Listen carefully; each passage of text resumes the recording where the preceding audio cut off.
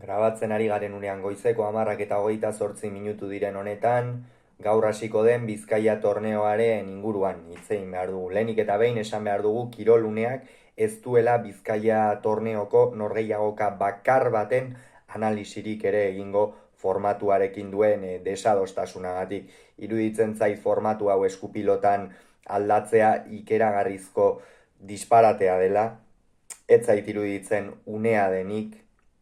Nik uste une honetan pilota gainera oso ongi funtzionatzen ari zela, ikusi besterikan ez dago. Binakako txapelketan ia beti betekadak izan dira, buruzburuko txapelketan ere norgehiagoka askotan betekadak izan dira, eta orain bapatean formatua horrelaxe aldatzeak ez zait iruditzen erakargarri egingo duenik. Errespetatzen dut, guztia bezala aurkakoa iristen dutenak, baina ez dut partekatzen, iruditzen zaidalako partidaren dinamismo falta egon daitekela. Ez da, askotan 22 edo 18 norgehiagokak konstantzia eskatzen dute eta horrek ematen du behar bada erakustaldia pilotan ez oso aldakorrak izan daitezkeela, esaten da baita ere aldakorrak izan daitezkeela, baina iruditzen zait 3 set, hau da 3 eta huts, eta bapatean norgehiagoka amaitzea, ez dela egokia. Nik uste gainera orain artean Bizkaia torneoaren formatuarekin asmatu dutela,